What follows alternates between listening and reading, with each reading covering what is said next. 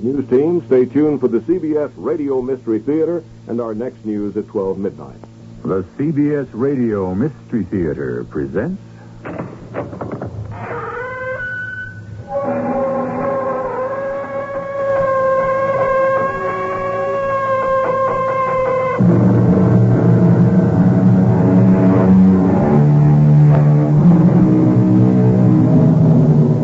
Come in.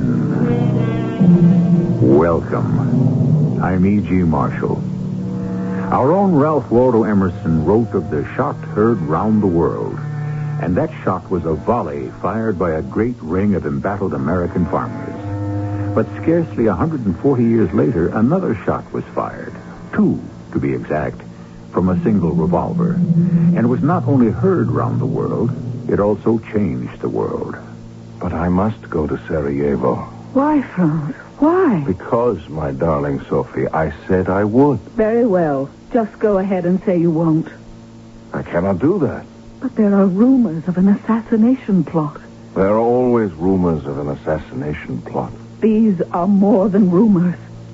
My dearest, I shall be surrounded by the army. The army? Can't you understand? It's the army that wants you dead.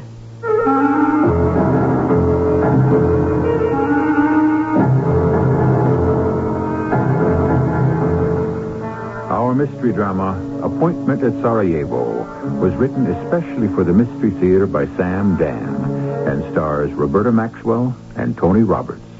It is sponsored in part by True Value Hardware Stores and Sun-Kissed Growers Incorporated. I'll be back shortly with Act One.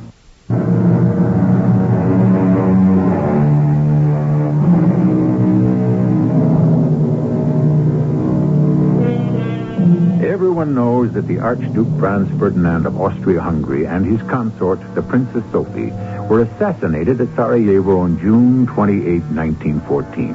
And that's why World War I began. However, we should always look askance at any sentence which contains those two words, everyone knows.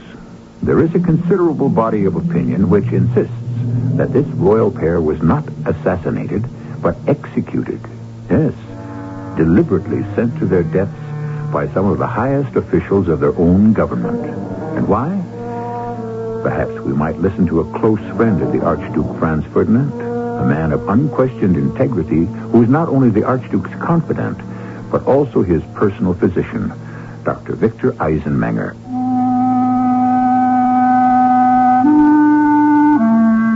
You must understand one thing. The Archduke Franz Ferdinand was guilty of the worst crime. He had committed the unpardonable sin. He had married the woman he loved. From this root stemmed the great disaster. I was there when it all began, the night he met her in the autumn of the year 1894, at a grand ball given in his honor in the city of Prague. As usual, he didn't want to go. I wish I could tell you how these affairs bore me, Doctor. Your Highness must be aware of his responsibilities. I should be more fit to carry out my responsibilities if I could stay home with a good book, or even a bad one. Come, Your Highness, isn't all this fun? The music, the perfume, the beauty. Why, some of the loveliest women in Europe are here tonight. Yeah, peeking coyly from behind their fluttering fans, and the mamas don't overlook the mamas. Oh, how can I, Your Highness? They descend upon you like bees on the hive. Your Highness is the most exciting bachelor in Europe. When can we decently leave? But we have only just arrived. Doctor, we shouldn't be here at all.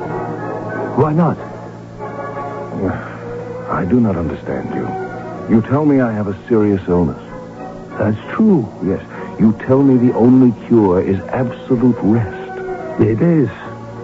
Your illness is in an arrested state, temporarily. At any time it may flare up. Then you shall be compelled to listen. And you will be a difficult patient. So I want you to have a taste of this. Of what? Oh, sociability. I shall pay my respects to my host, the governor, And home I go. But think of the thousands of marks spent on gowns and cosmetics and hairdressers. There are scores of eligible matches, acceptable alliances for a crown prince, waiting for the slightest smile, the merest glance from your highness. Not all of them are eligible. It would be hard to find one that isn't. I think I found her. Where? There. By the wall. Near the painting of our august emperor. The tall one. You mean the skinny one? Not skinny, slender. That's a matter of taste, your highness. No. She isn't eligible, not at all. How can your highness tell? The gown. It's beautiful. But not this year's. And the conspicuous lack of jewelry. No, she obviously knows her place. Which is what? Lady-in-waiting for somebody important. She's a member of a family that has seen better days. And one of her rich relations decided to be nice to her and take her to the ball. Nice. But it's really cruel. She doesn't belong here as an equal, and she knows it. How old would you say she is, Doctor? Oh, she is up there. What's up there? She's at least 25, 26. I'd like to meet her. Find out who she is, and then introduce me.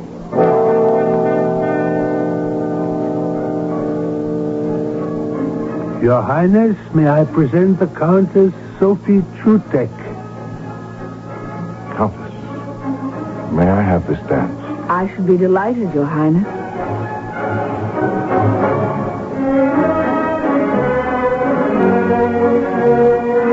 I'm afraid I don't dance very well. Your Highness is a magnificent dancer.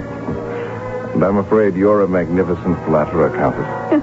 What else may one say safely to the Archduke's successor? To this particular Archduke's successor, a certain Countess may say anything that she pleases.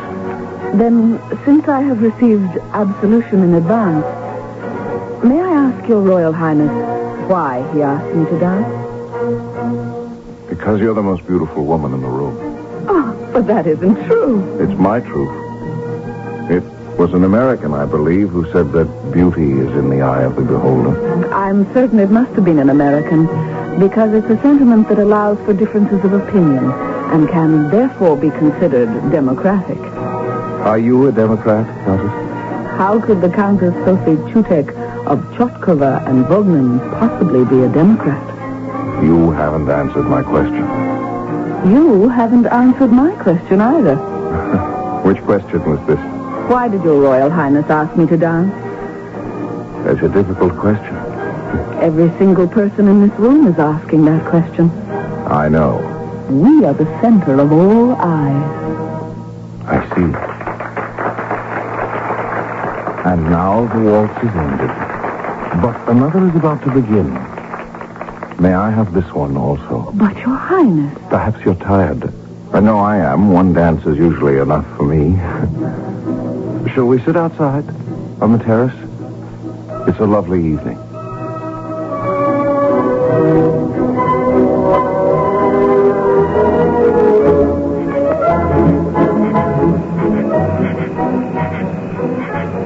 If everybody was glancing at us before, I'm sure they must be staring now.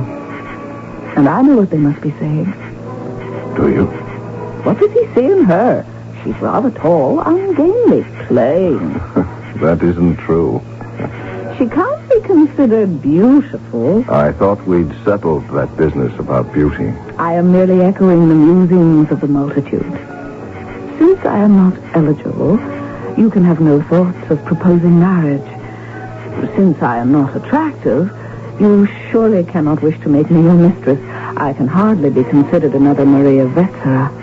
I'm sorry, I really shouldn't have said that. It doesn't matter. It does matter. It was silly, tactless. Yes, but it was human. Human. You know what that means, Countess? To be with someone who is human. To be with a woman who can laugh and talk as if I were just another man. But you are just another man. And you say you're not a Democrat. A true relationship between a man and a woman can only be democratic. Are we going to have a relationship, Sophie? That, Your Highness, is not for me to say. It isn't? How quickly you abandon your democratic principles. I do not live in a democratic country. I am the Countess Sophie Chutek of Chostkova and Vodman, a most imposing title. But my family has long since fallen from favor. Our house is poor. My sisters married well, but in those days my father was able to dower them decently. What are my prospects, Your Highness? I can live out my life as a poor relation or enter a convent. Are you proposing another alternative? Sophie Chutek, I say we shall get to know each other better. If Your Royal Highness commands it. Tell me that you desire this as much as I do. Sophie. Yes. Sophie Chutek, I am in love with you. Do you believe me? Do you love me? Yes.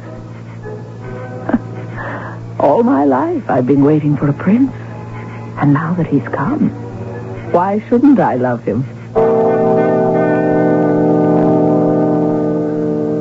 That's where it began. And that's also where most people thought it ended. A few days later, his illness flared up. I took him to the sanitarium in Lolling. She went to live with her sister in Saxony. But they wrote to each other. It seems they wrote every day. My dearest Francie, your letter arrived on a dull gray morning, and suddenly the sun shone, and the sweet song of the birds rippled through each room. My beloved Sophie, I grow stronger every day. Soon, my darling, soon we shall be together always. But he didn't grow stronger every day. Sometimes he became weaker. Stronger or weaker, I could count on his becoming more difficult. How much longer do you think I can live like this, like an invalid? I don't know. It's been 2 years. I wish I could offer Your Highness a specific date. Do you know what's going on at the Schönbrunn Palace? I would assume the business of the government. The business of destroying me, the Archduke's successor. Every day my enemies keep telling the Emperor, Your Majesty, Franz Ferdinand is a dying man. He hasn't much longer to live. You are the only logical successor. You're the only mature man of experience. Everyone knows it. And besides, isn't there Sophie to think about? Yes. You're right, there is Sophie. You must understand, he was a Habsburg. He truly believed in the divine right of kings, or at least that a king ruled by the order of the Almighty. But even this belief in his divinely inspired mission wouldn't have been enough to make him accept the long, difficult period of medical treatment. He needed Sophie Chutek. The thought of her was good for him, at least as good as any of my medicines. Well, Doctor? I have here the report from the Distinguished Committee of Physicians and Surgeons. Yes? As a result of their thoroughgoing examinations, they agree with your personal physician that your health is absolutely normal. She helped me. Without her inspiration, I don't know. Maybe I wouldn't have made it. You're really in love with her, aren't you? Can you doubt it? This is the one woman in my life. The only woman. And of course, as you realize, she is ineligible.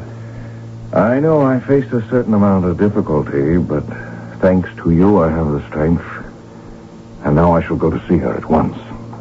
See her? But where? How? You simply Doctor, cannot... we have worked out the most clever plan. We shall see each other, and no one will ever suspect.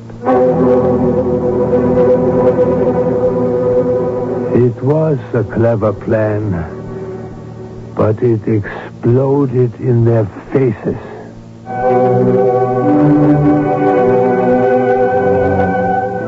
As the good doctor said just before, the Archduke's successor, Franz Ferdinand, was a Habsburg. And, on balance, they weren't really great rulers, but they were far ahead of any other dynasty you can think of when it came to being lovers. And the proof of it is that almost any story about any Habsburg prince is usually a love story. And ours heats up considerably in Act 2.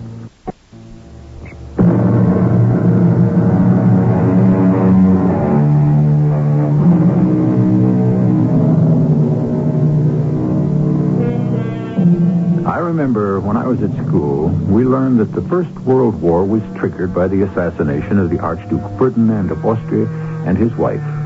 And that was all we ever knew about them, and we never cared. Would we have taken more interest if they'd taught us that Ferdinand and Sophie had one of the greatest love affairs of all time? I think so, but that's what our story is all about. And we're getting it from the Archduke's personal physician, Dr. Victor Eisenmenger. What is this plan of yours, Highness, to see Countess Chutek? She has taken a position with the Archduchess Isabella as a lady-in-waiting. The Archduke Frederick is a good friend. Thus, I have a pretext for visiting the palace in Pressburg. But you will only have a chance to see the Countess at brief intervals. There can't be any privacy. Oh, it's enough for us now. I do not wish just to have an affair. This is the lady I will marry. So then, ostensibly, Your Highness will go there to visit the Archduke Friedrich and the Archduchess Isabella. Of course. The Archduchess Isabella is one of the world's most unpleasant women. I agree. And she happens to have a daughter, somewhat plump and rather plain, Maria Christina, but extremely eligible. So I understand. Suppose her mother misunderstands and believes that Maria Christina is the true object of Your Highness' visits.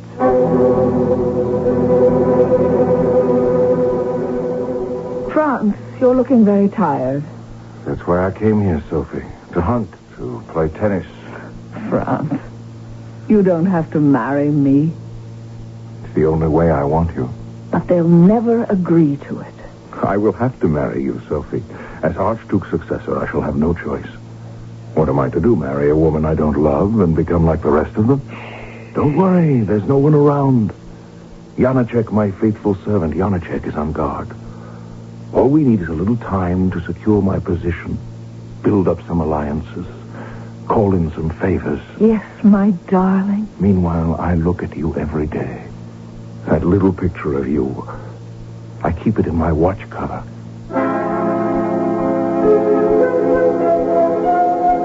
And that was their undoing. He had one of those big old-fashioned gold watches where the face was covered and you opened it to see the time. One day he forgot to take it back to Vienna with him when he left. A servant brought it to the Archduchess Isabella. Maria? Maria Christina? Now, where is that? Here you are, my darling, my adorable little dumpling. He left his watch here. Franz Ferdinand did. And you know, I wouldn't be at all surprised if there's someone's picture inside. He's been coming to see you so often. He must be madly, deliriously, hopelessly in love. I'm sure he carries your picture. Let's just take the tiniest little peek, shall we? I He does have a... How does she dare? Bring her to me at once. Drag that strumpet down here. How dare you? I take you into my home through the charity of my generous heart, and this is how you repay me. You spoil my daughter's chances by having a degrading affair with the Archduke's successor under my very roof. The Emperor will hear of this. And the Emperor did. He was, after all, her cousin. But he had heard similar stories about his son, his brothers, his nephews. He really couldn't take it too seriously. And how are you, Frenzel? Fine, Your Majesty, just fine. Good. I spoke with the Archduchess Isabella. Tell me, had you formally asked for the hand of their daughter, what's her name, Maria Cristina? No, sir. Well, that should be the end of it. The girl may be eligible, but I tell you, they grow plain enough as they grow older. At least start with someone beautiful. Yes, sir. About the Countess Sophie Chutek. Well, I have no reason to discuss the Countess Chutek. It's your own private affair. I only ask that you behave with discretion. You must come to see me again very soon. Your Majesty, I request your permission to marry Countess Sophie Chutek. No. Such a marriage is absolutely impossible. I shall never allow it. I have given my word to the Countess. I cannot break my word. Let us count the number of wrong things he did. First, he stayed on after the Emperor had dismissed him. Second, he had asked for the impossible, to marry a woman who was not eligible by Habsburg standards. Third, after the Emperor had refused permission, he argued about it. Every one of those was an unforgivable offense, and the Emperor never forgot them. Meanwhile, the pressures on Sophie were unbearable. She's staying with my stepmother. The Lord be thanked we seem to have one ally in this world. Everyone strikes out at her, even her own family. Give him up. Do your patriotic duty. It's sickening. It's also hopeless. The Emperor will never relent. Are you prepared to renounce your rights and become a private citizen? No. Never. I was born a Habsburg. I was born to rule these lands, and let me tell you, without vanity, I'm the only one who's fit. Your Highness, as your friend, I wish you well. As your physician, I cannot help but be alarmed at your mental and emotional state. You are a desperate man. Yes, I know. And I'm ready to take a desperate measure. He will give me his permission. I will force him. Your Highness. I know just what to say to him. Good morning, Frenzel. Your Majesty. Can we finally have an amicable solution to this little problem? There is one solution that has been suggested to me, and that is simply to wait. When Your Majesty is dead, I can do as I please. Indeed. I intend to live a great many years yet. And every one of those will be a year of lost happiness for me and the woman I love. And so, Your Majesty, I will say this. You will give me your permission to marry. Never. If Your Majesty shall refuse me permission... Yes? What will you do? What can you do? I will commit suicide. What kind of blasphemy? Yes, Your Majesty, I will blow my brains out. How dare you? For Sophie Chutek, I dare anything. Everything. Your Majesty's son, Archduke Rudolph, committed suicide. Can this House of Habsburg survive another one?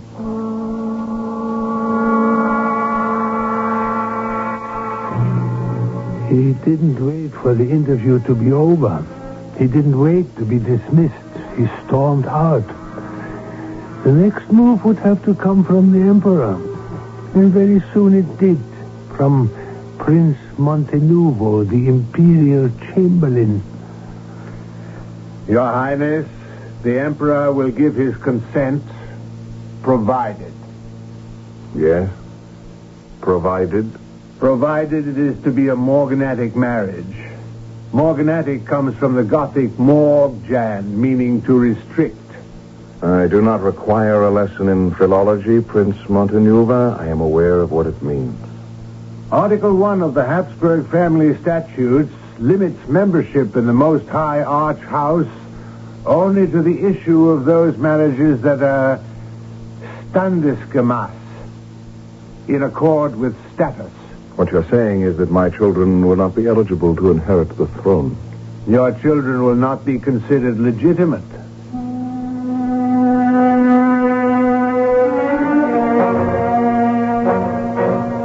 It's the only way, Sophie. I know. My children, our children, will be barred from the succession. Darling, I will not let you throw away your chance to be a complete emperor. But suppose we don't have children. We're not young anymore. I don't know what to say. I don't care. I want the happiness we can have now. I think you're going to be very good for me, Sophie.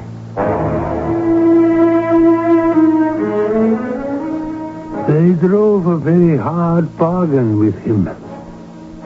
The hardest part of all was the ceremony of renunciation. I renounce all rights of succession for my children who shall not be deemed members of the Arch House of the Habsburgs.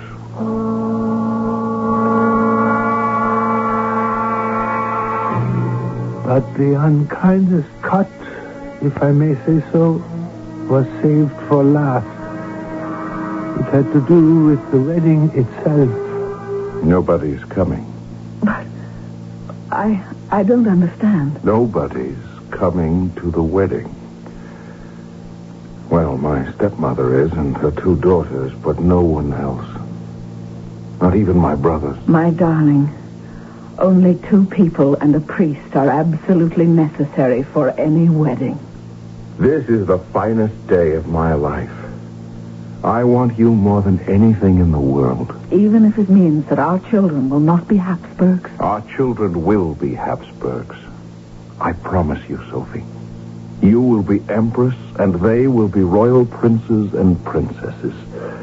And one of them will succeed me.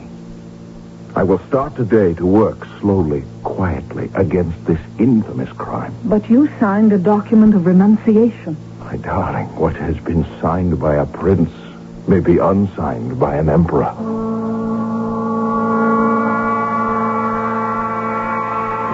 And that was the day he began to battle to legitimize his wife and children. It was the day that he embarked upon the journey that would end in the violence at Sarajevo.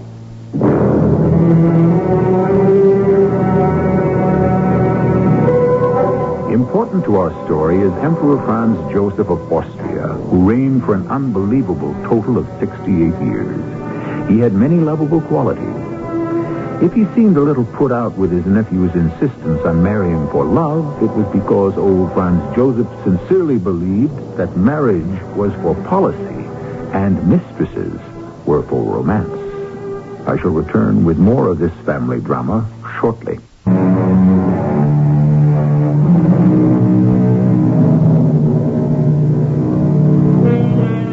Perhaps the Habsburg family was jinxed, or should we say cursed. Things really went badly for old Franz Joseph. His brother Maximilian tried to become king of Mexico and was executed. His son Rudolf committed suicide. His wife Elizabeth was assassinated by a terrorist, and his nephew Franz Ferdinand will be murdered at Sarajevo. Dr. Victor Eisenmenger continues the story.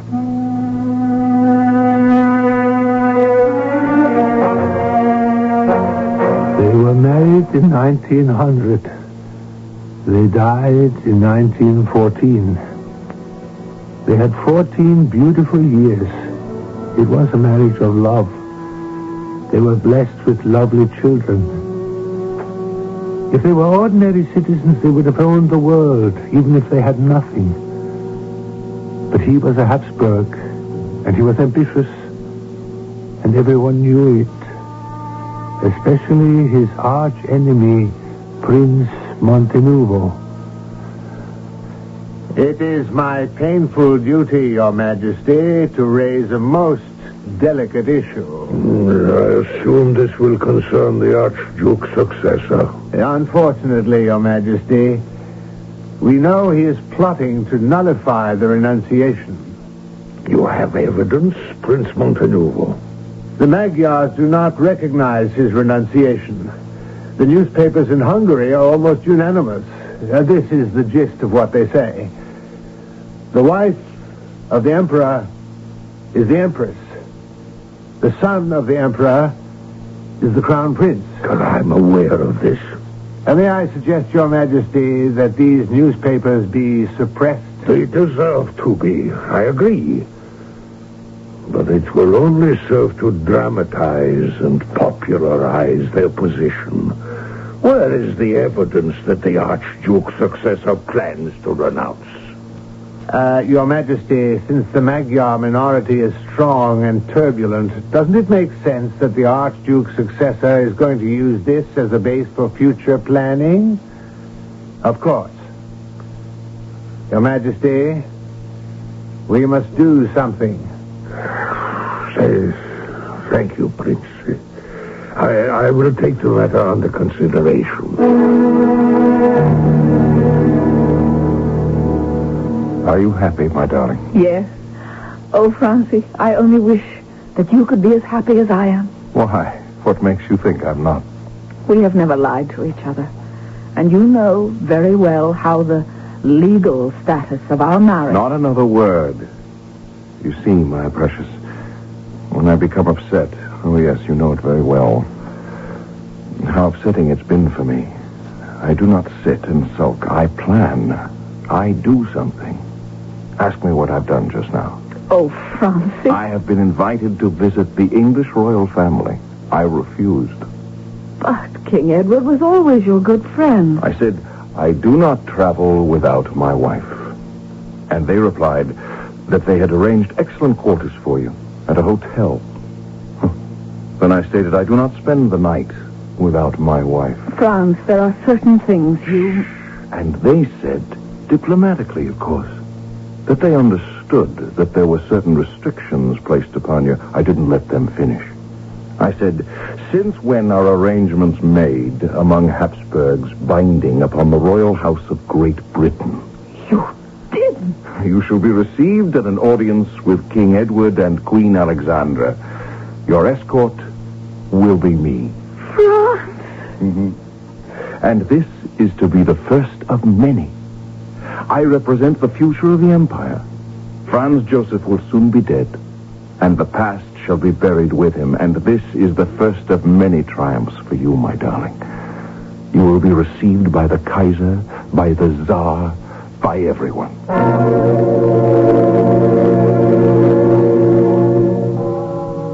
Francie, do you know what time it is? 2 in the morning. So late? You've worked long enough. Come to bed. Spoken like a true wife. And soon you shall truly be my wife. I've always been your wife. I'm not concerned with some words on paper. Now you need your rest. Just a few minutes more. I'm almost finished. What is it? This is going to be nothing more or less than the foreign policy of the Austro-Hungarian Empire. And do you know what its basic premise is to be? Of course. An alliance with Russia. Naturally. Russia, Germany, Austria. We are the three empires. We hold the Liebe against the forces of divine law and order. The General Staff is not going to like it. I know. The General Staff wants a war with Russia. Do you know why? Because Russia encourages unrest among the Slavic minority peoples in our empire. Well, that's just the excuse. They want a war with Russia because they believe that Russia is the one country they can defeat. France? Who else can they pick? Germany? France? Italy? England won't permit it. Russia.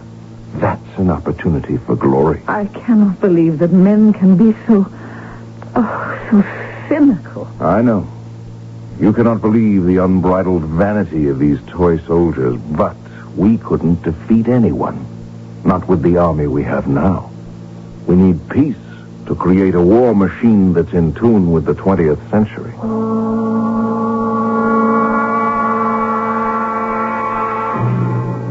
Yes.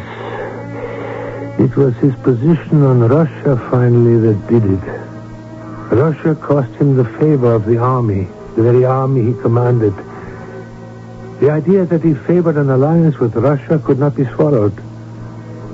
And so, in May of 1914, the army made a move.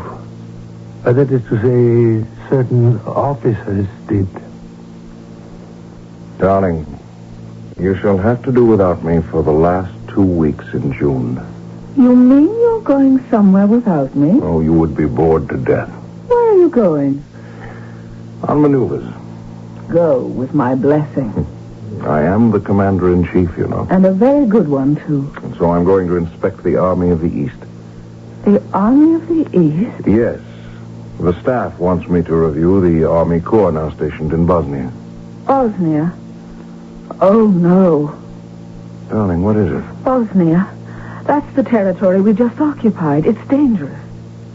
Well, It's filled with all kinds of revolutionists, anarchists, terrorists. I know. And you're going? It's on the border of Serbia.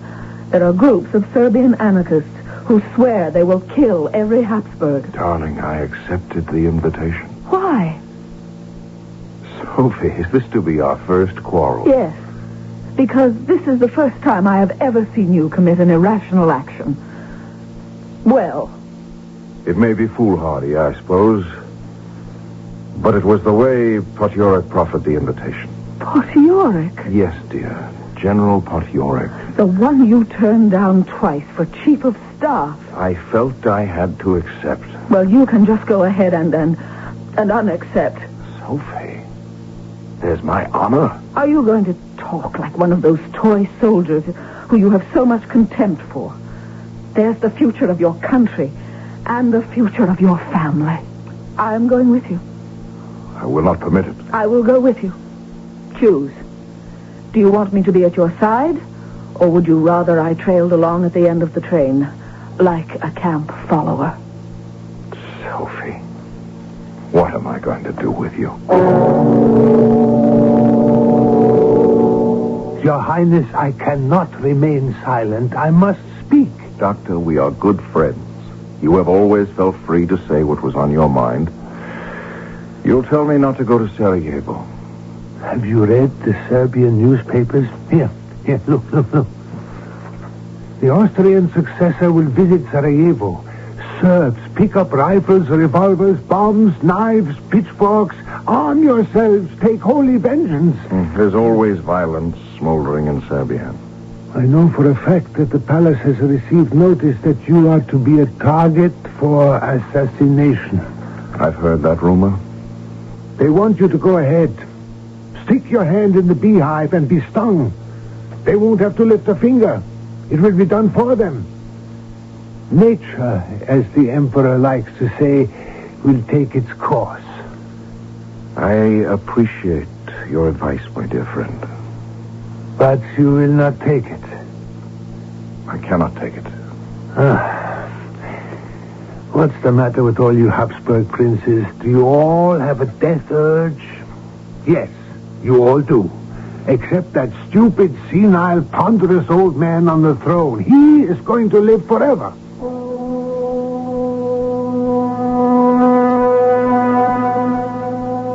I was wrong about that. Emperor Franz Josef died 2 years later. But that isn't part of my story. Franz Ferdinand went to Sarajevo with Sophie. And as his personal physician, I went along with the party. It was Sunday, the 28th of June. By a coincidence, the 14th anniversary of his signing of the renunciation. They were driving to the cathedral for a welcoming service. The streets were lined with sullen, silent people. Then I saw it, a black object hurtling through the air. Look out! Sophie! Sophie! What is it? A bomb! Sophie! You're all right. Yes. And you? Your Highness! We're fine. Is anyone hurt? A young staff officer just up ahead, but just slightly.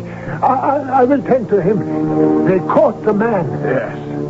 And if I know the Austrian government, they'll probably give him a medal. I breathed easier, but I knew I shouldn't have. The attack had miscarried, but the streets were filled with violent young people. We arrived at the cathedral, and the mayor, a stupid man, gave the standard welcome as if nothing had happened. Happiness fills every soul in this capital city. The entire population greets the most high visit of your Royal Highness with joy and delight. What good are your speeches, Mr. Mayor? I come to visit Sarajevo and they throw bombs at me and my wife. It's an outrage.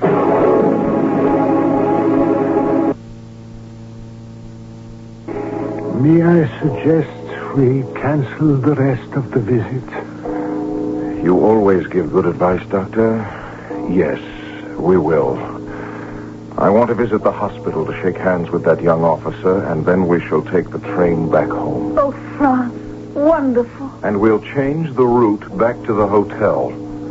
I still think we may meet some bullets out there today. And they did. But the driver was confused. He turned left instead of right, or whatever he was supposed to do. They shouted for him to reverse directions. For a moment, the car stood still. And a young man named Gavrilo Princip had a perfect target. He fired twice at a distance of 5 feet. I ran to the car. He was holding her in his arms. Sophie, don't die. Live for the children. Stay alive for our children. Your Highness, are you in pain? Nothing.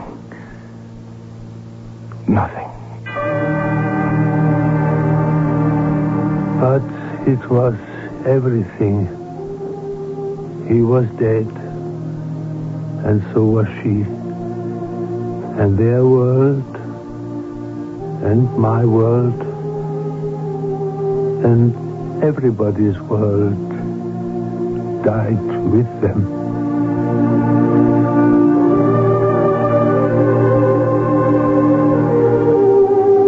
Yes, a world died, and another world was born. The world we live in today. A world born out of the agony and chaos of the First World War. A world that still has more than enough agony and chaos of its own, but it also has hope.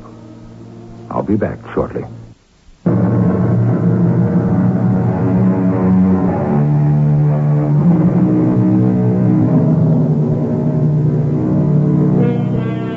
Our fate, it seems, is always being decided in obscure places with strange names. Sarajevo, that was the name of the city. Bosnia-Herzegovina, that was the name of the country.